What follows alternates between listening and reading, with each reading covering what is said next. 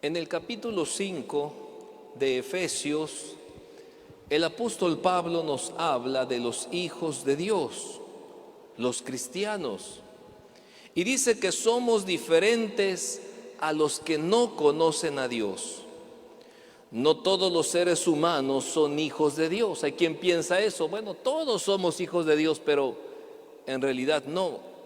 Los hijos de Dios son los que han entregado su vida a Cristo, los que siguen a Cristo. Y si tú eres un seguidor de Cristo, si tú eres salvo, si has entregado tu vida a Cristo, tienes que vivir diferente de cómo vive este mundo. En este capítulo 5, Pablo ha hecho varios contrastes entre los que viven sin Cristo y los que viven con Cristo. Porque los hijos de Dios viven diferente a cómo vive el mundo. Algunas cosas que hemos visto, por ejemplo, en este capítulo, es que los hijos de Dios deben ser imitadores de Dios. Y Pablo les decía, ser imitadores de Dios, como dicen por ahí, de tal palo, tal astilla. Si Dios es de esta manera, bueno, tú también tienes que ser imitador de Dios.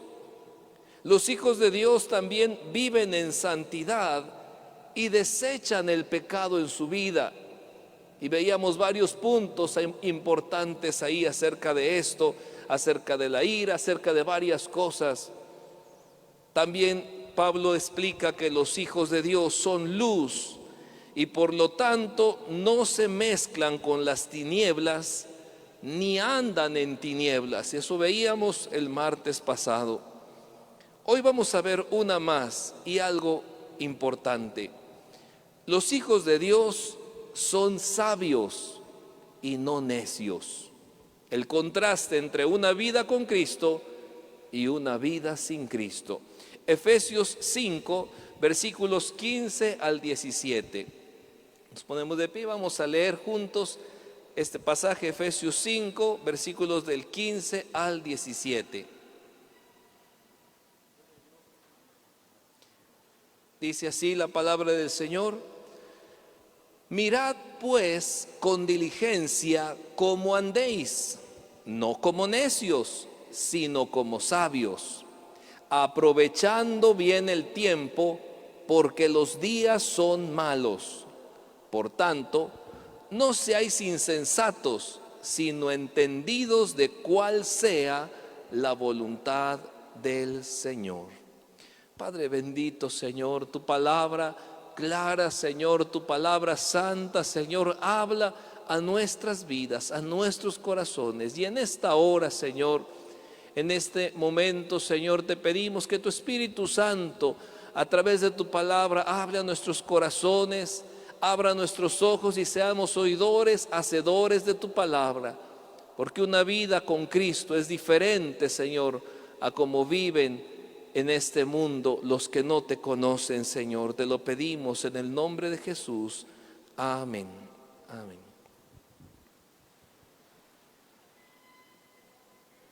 Número 1, sabios sí, necios no. Y seguimos haciendo la comparación. Una vida con Cristo es de esta manera, una vida sin Cristo es de esta manera. Entonces, sabios sí, necios no. Los necios buscan metas secundarias, metas terrenales, metas materiales y descuidan lo espiritual. Un necio no se preocupa por su vida espiritual, se preocupa más por las cosas materiales. No le importa si está madurando espiritualmente, le preocupa si va a tener mejor trabajo, si va a tener mejor casa, si va a ganar más dinero. Es un necio.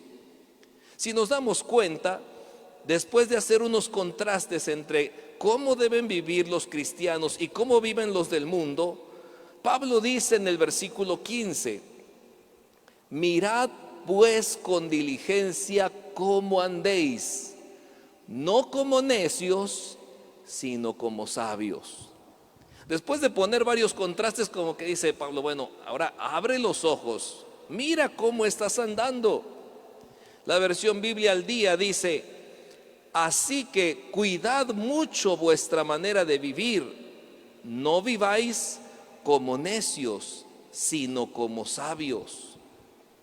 Abran sus ojos, hermanos, dice, no vivan como necios, ustedes son hijos de Dios, vivan como sabios.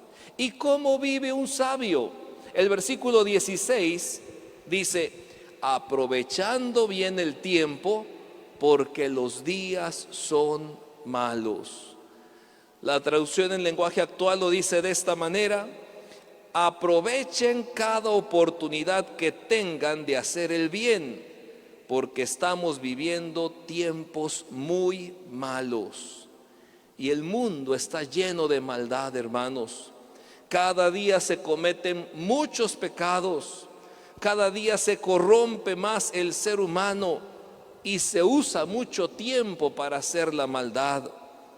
Los cristianos, pues, debemos aprovechar cada momento y cada día para hacer lo bueno, para hacer lo correcto. Ser sabio, pues, es entender la voluntad de Dios. Y dice el versículo 17: por tanto, no seáis insensatos, sino entendidos de cuál sea la voluntad del Señor. Note cómo Pablo está recalcando: los hijos de Dios son sabios, los que no quieren nada con Dios son necios. Por tanto, no seáis insensatos, sino entendidos, y busca la voluntad de Dios. La traducción en lenguaje actual dice: no sean tontos, sino traten de averiguar qué es lo que Dios quiere que hagan. Y esta versión va más directa, como diciendo: abre tus ojos, ¿cómo estás viviendo?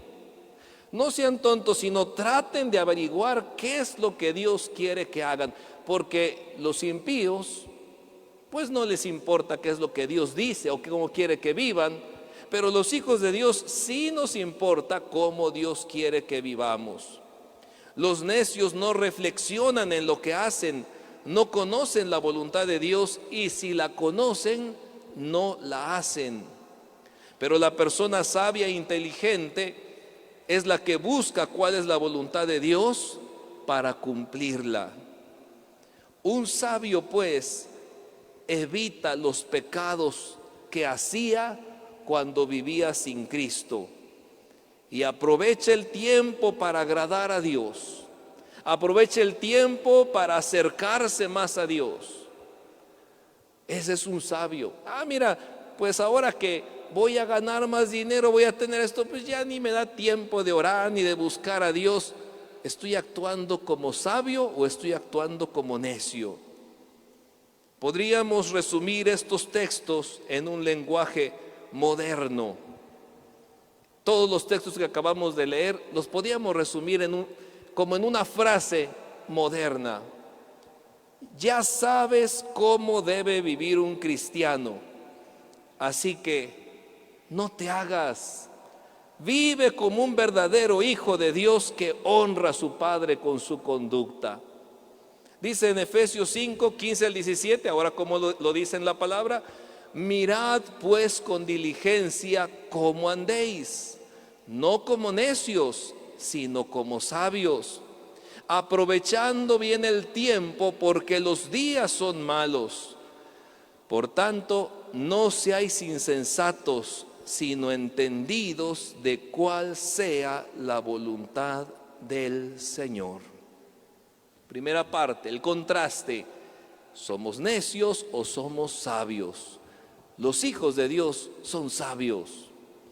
Número 2, sobrios sí, ebrios no. Sobrios sí, ebrios no. Y llegamos al versículo 18, Efesios 5, 18, que dice: no os embriaguéis con vino, en lo cual hay disolución, antes bien, sed llenos del Espíritu. Y en este versículo, tan solo en este versículo, Pablo hace un contraste. Primero nos da un mandato negativo y después nos da un mandato positivo. Así que vamos a estudiar el primero. Dice: no os embriaguéis con vino, en lo cual hay disolución. Estudiamos primero el negativo y después vamos a hablar del mandato positivo. Embriagarse con vino es un estorbo para ser lleno del Espíritu Santo, hermanos. Los últimos contrastes entre cristianos y no cristianos que Pablo nos ha ido presentando son luz y tinieblas, sabiduría y necedad.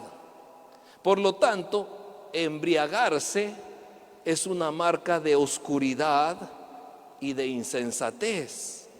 Por el contrario, ser lleno del Espíritu Santo es andar en luz y sabiduría, es ser sabio.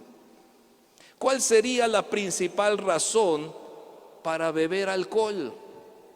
¿Cuál sería la principal razón para la que dice, bueno, sí, voy a tomar una copa, voy a echar un trago? La principal razón es el deseo de estar feliz. Y hasta algunos dicen, es que yo tomo para olvidar las penas, para olvidar los problemas. ¿Por qué? Porque quiero ser feliz. La principal razón por la que toma la gente es para estar felices. Y a veces dice, va a haber 15 años, va a haber boda, pero ahí sí, compra del más carito. ¿Y por qué? Es que una fiesta sin trago no es fiesta. Queremos estar alegres, queremos estar gozosos. La Biblia nos dice que en la vida siempre habrán momentos de felicidad y momentos de tristeza. No es todo el tiempo felicidad, va a haber momentos arriba, alegres, y momentos tristes. Eclesiastés 3:4 dice así: tiempo de llorar y tiempo de reír, tiempo de endechar y tiempo de bailar.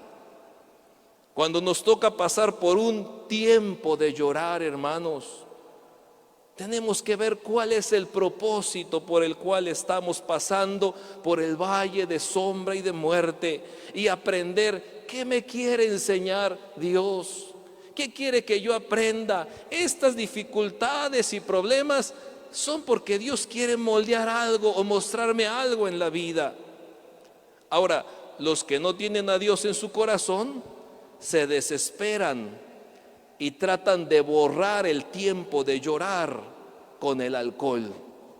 Ay, estos problemas económicos, borra ese tiempo de llorar, vamos a ponernos alegres, y empiezan a tomar. Nosotros, hermanos, andemos como sabios y no como necios.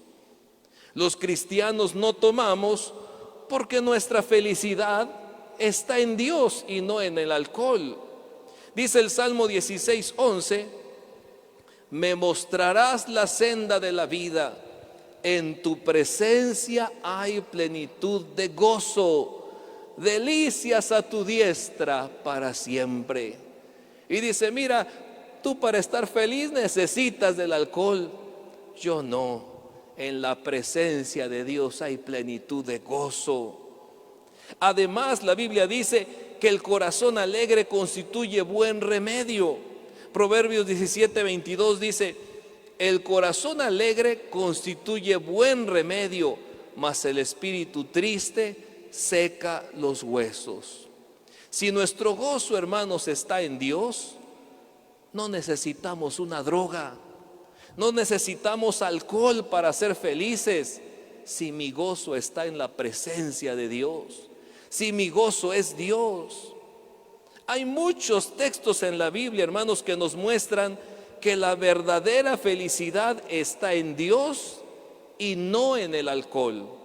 San Lucas 2:10 y 11, por ejemplo, dice: pero el ángel les dijo, no temáis, porque aquí os doy nuevas de gran gozo que será para todo el pueblo, que os ha nacido hoy en la ciudad de David un Salvador, que es Cristo el Señor.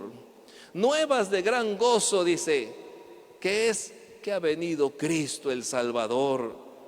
Filipenses capítulo 3 versículo 1 dice: por lo demás, hermanos, gozaos en el Señor. A mí no me es molesto el escribiros las mismas cosas, y para vosotros es seguro. Gozaos en el Señor.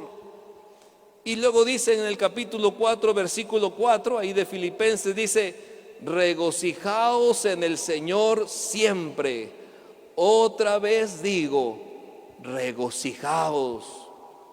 Aquí notamos pues la diferencia. Se me murió un familiar, tengo un problema económico.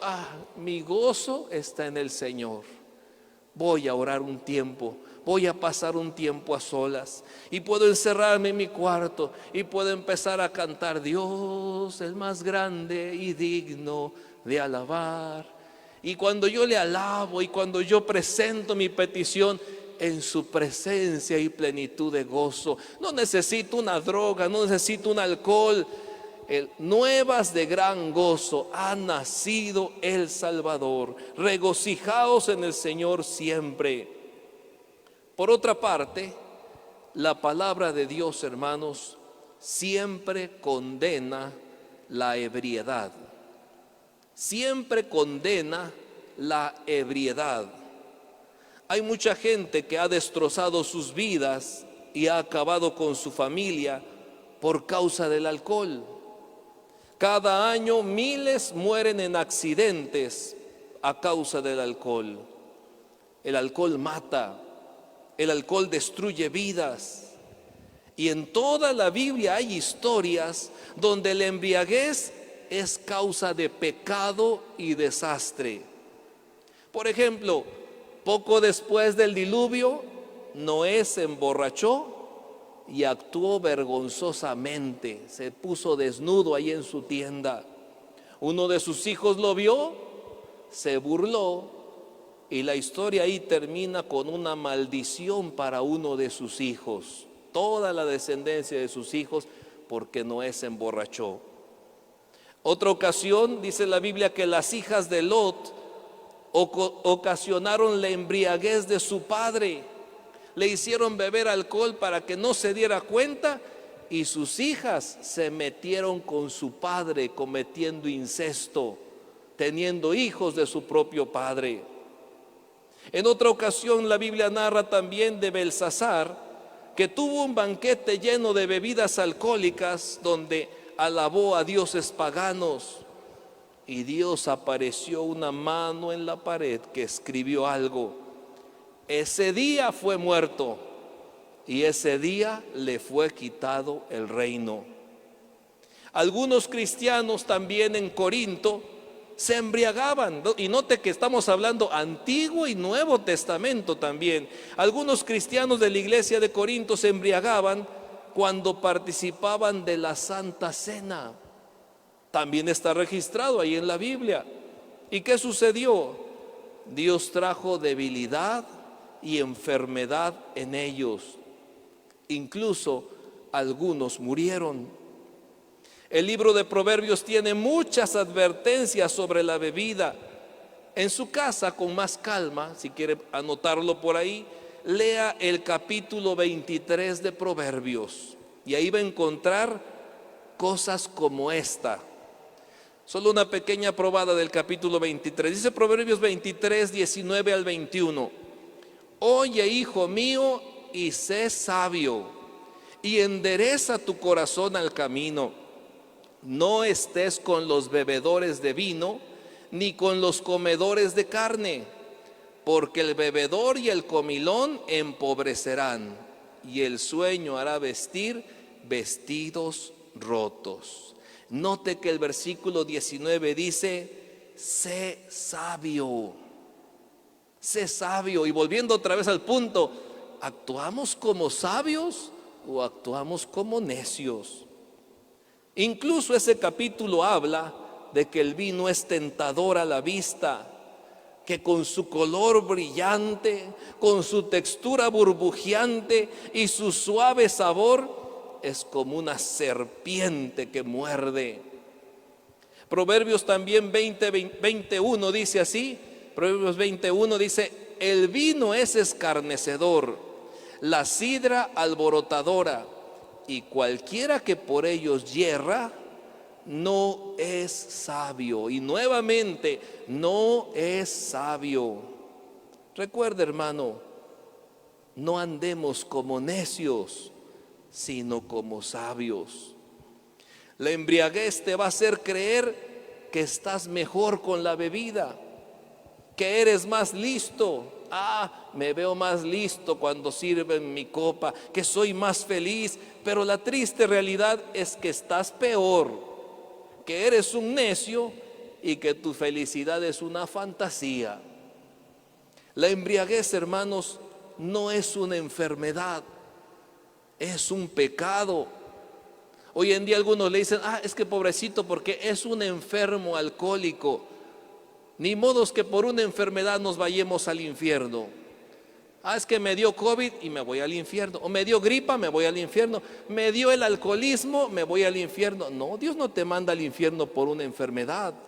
El alcoholismo es un pecado. En Gálatas 5:21 dice, envidias, homicidios, borracheras, orgías y cosas semejantes a estas, acerca de las cuales os amonesto, como ya os lo he dicho antes, que los que practican tales cosas no heredarán el reino de Dios.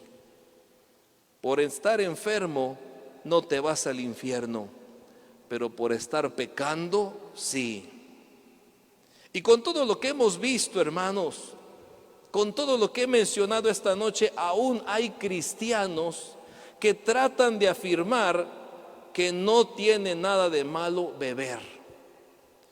Pero dicen, es que si tú buscas en la Biblia también hay ocasiones donde se habla bien del vino, dicen. Un ejemplo claro, Jesús convirtió el agua en vino en una boda.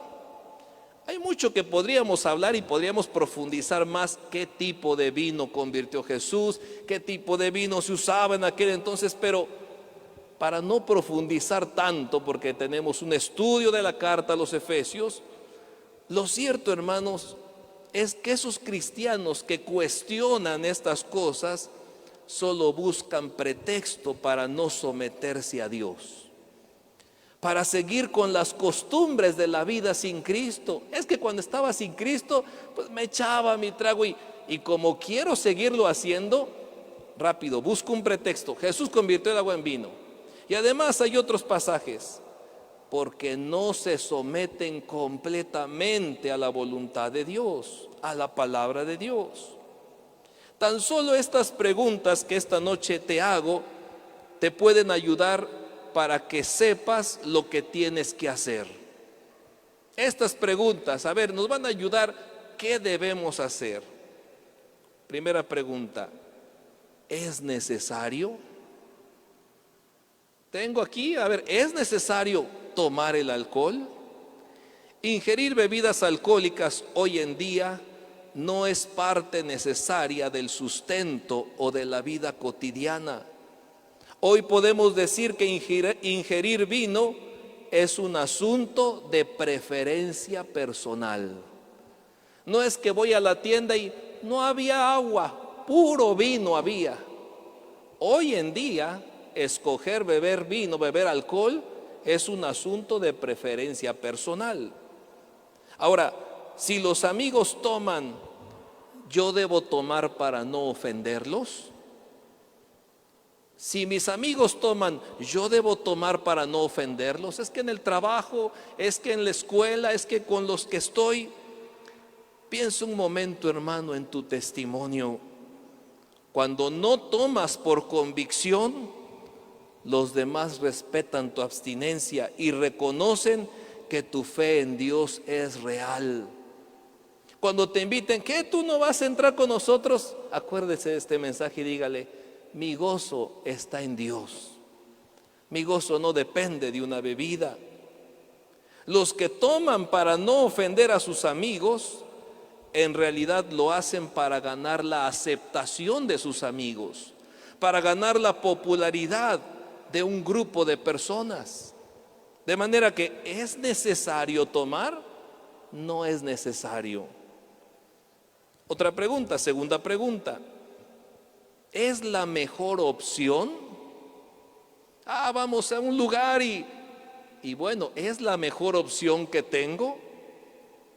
Recuerda que Romanos 12:1 dice así: así que, hermanos, os ruego por las misericordias de Dios que presentéis vuestros cuerpos en sacrificio vivo, santo, agradable a Dios, que es vuestro culto racional.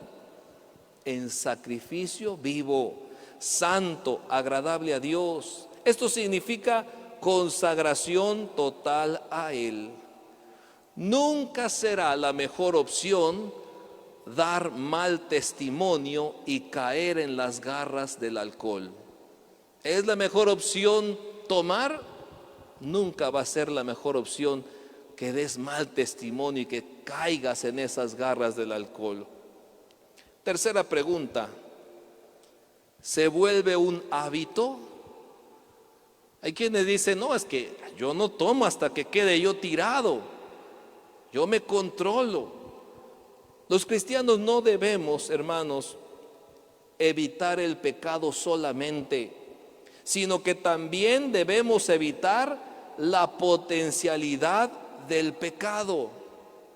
El alcohol puede alejarnos de las cosas de Dios. Por tanto, si existe una posibilidad de que eso me aleje de las cosas de Dios, pues voy a evitar las posibles influencias hacia el mal, aunque sean mínimas. ¿Se da cuenta?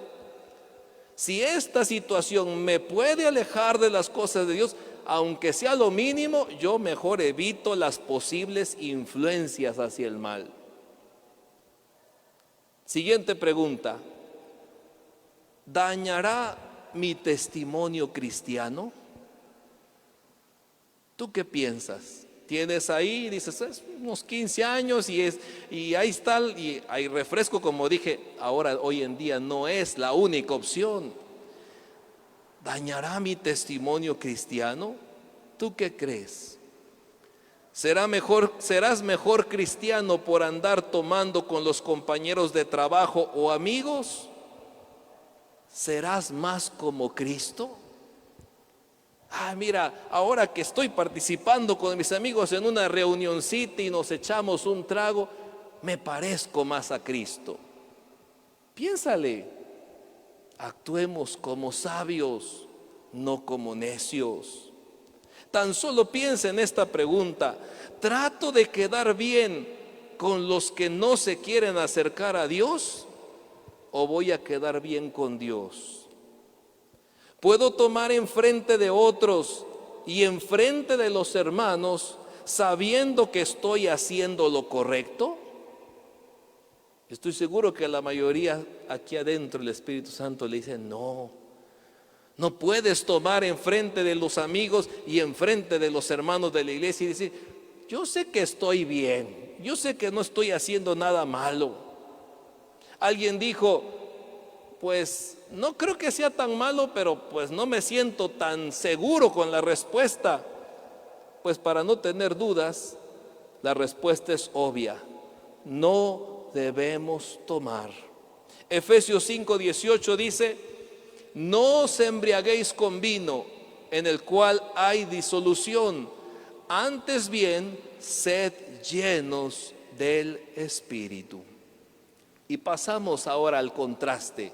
Número 3, llenos del Espíritu Santo.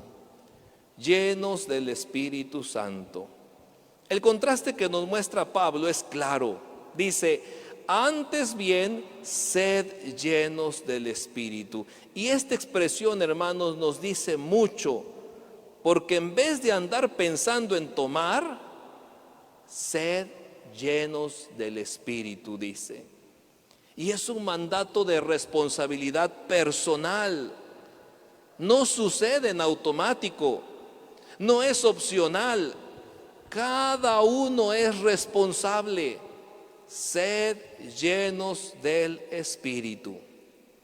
Ahora, si en vez de tomar voy a actuar como sabio, voy a ser lleno del Espíritu, ¿cómo puedo ser lleno del Espíritu? ¿Cómo me lleno? No de alcohol, del Espíritu Santo. Tienes que quitar los obstáculos para que Dios controle todo en tu vida, que Él haga lo que desea en tu vida. De esa manera te llenas del Espíritu Santo. Cuando quitas todo lo que estorba y te sometes a la voluntad de Dios y dejas que Él haga lo que Él quiera en tu vida.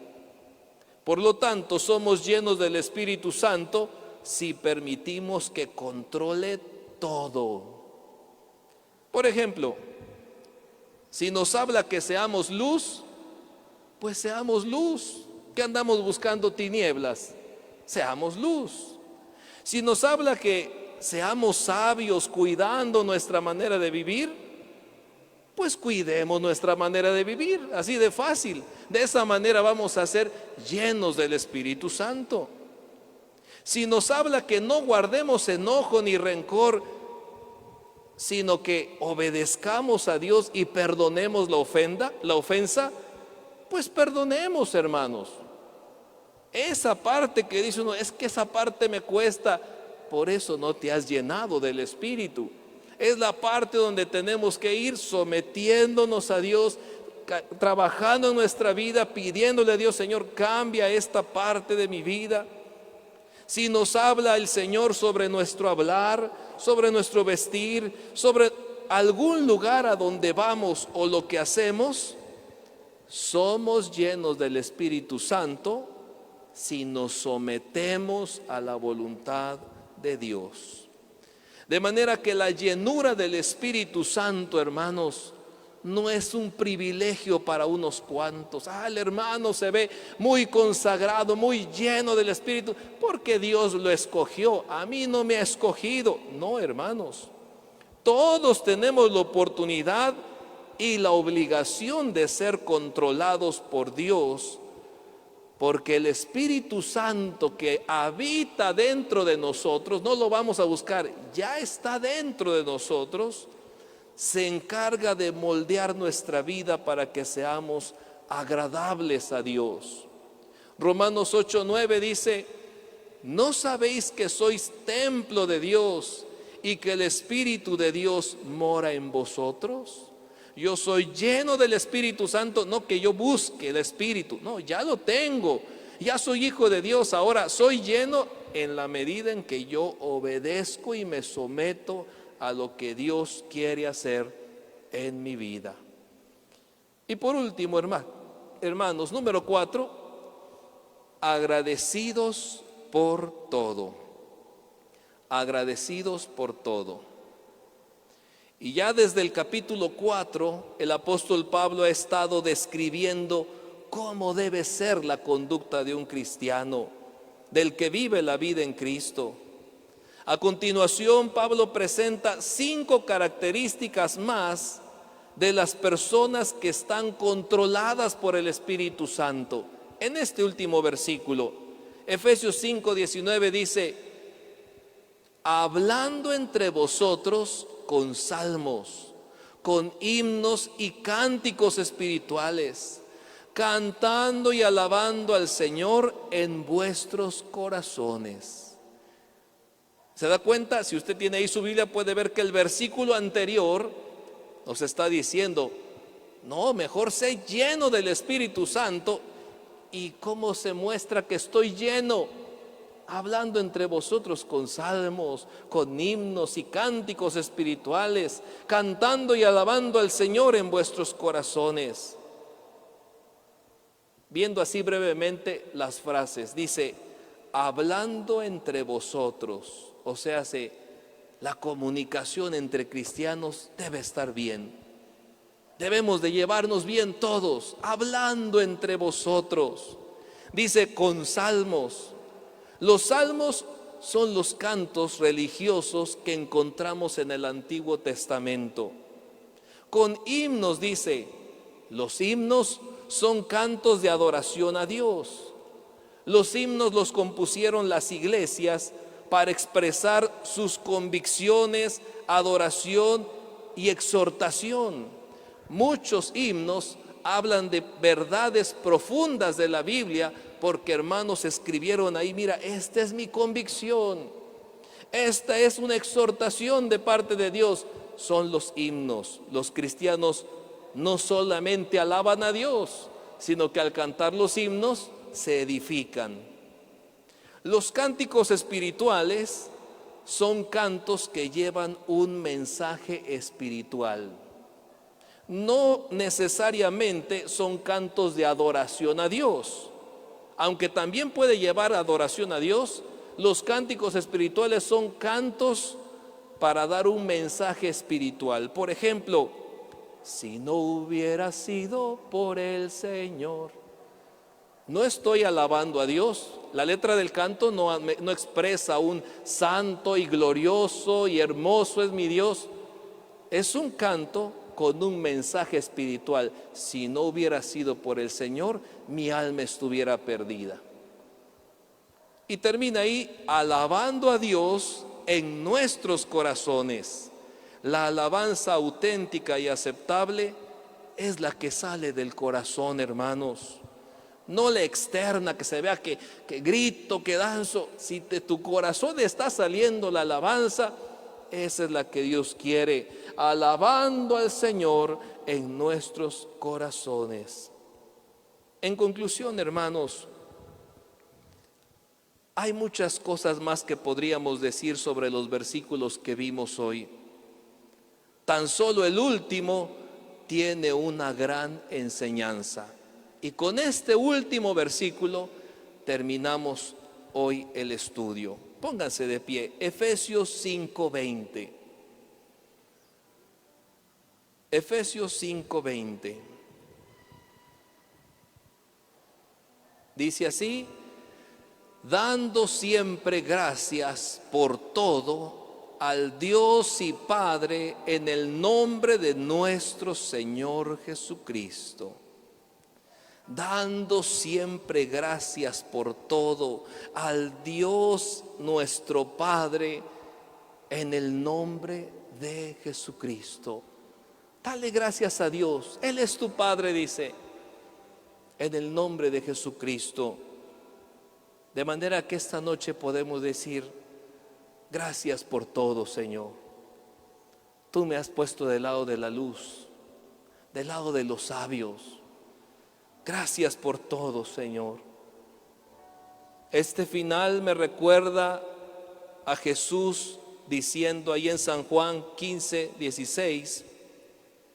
No sé si San Juan 15:16 dice así: no me elegisteis vosotros a mí, sino que yo os elegí a vosotros y os he puesto para que vayáis y llevéis fruto, y vuestro fruto permanezca. Todos, para que todo lo que pidiereis al Padre en mi nombre, Él os lo dé. Todo lo que pidiereis en mi nombre, Él os lo dé. Y dice: dando siempre gracias a Dios por todo. Cierren sus ojos, hermanos, ahí donde están. Hay tanto por qué agradecer al Señor. Dile ahí donde estás, con tus ojos cerrados: gracias por todo, Señor. Por los días buenos, gracias, Señor. Por los días malos, gracias. Por lo que me das, gracias, Señor. Por lo que no me das, gracias. Porque me enseñas y porque me corriges también. Gracias por todo, Señor. En el nombre de Jesús. Amén. ¿Alguien quiere venir a platicar con Dios? Venga, hermano. Venga, reconcíliese con Él. Cuéntele todo lo que está pasando, lo que está viviendo, sus angustias, sus enfermedades. Y sobre todo dice: dad gracias en todo, porque esa es la voluntad de Dios. Cantemos este coro que nos habla de ser llenos del Espíritu Santo mientras nos acercamos. Santo Espíritu, dirige tú mis pasos al Señor y a más que humilde guarde siempre los mandatos de su amor. Dime,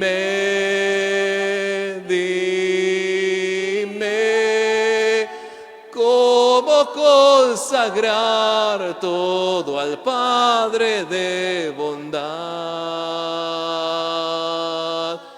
Dime,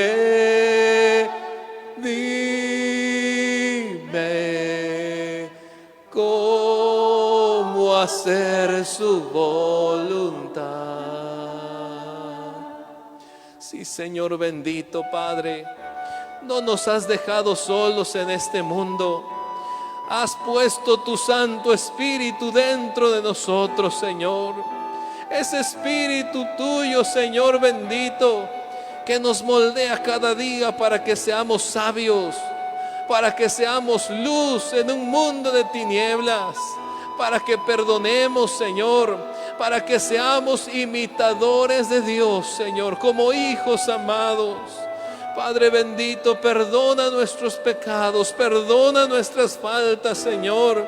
Que tu Espíritu Santo guíe cada día nuestros pasos y que seamos llenos de tu Espíritu Santo al obedecer tu palabra, Señor. Hoy, Padre bendito, Señor, te damos gracias porque tu palabra nos edifica, nos enseña, nos instruye. Y también, Señor, podemos presentar nuestras peticiones delante de ti, Señor.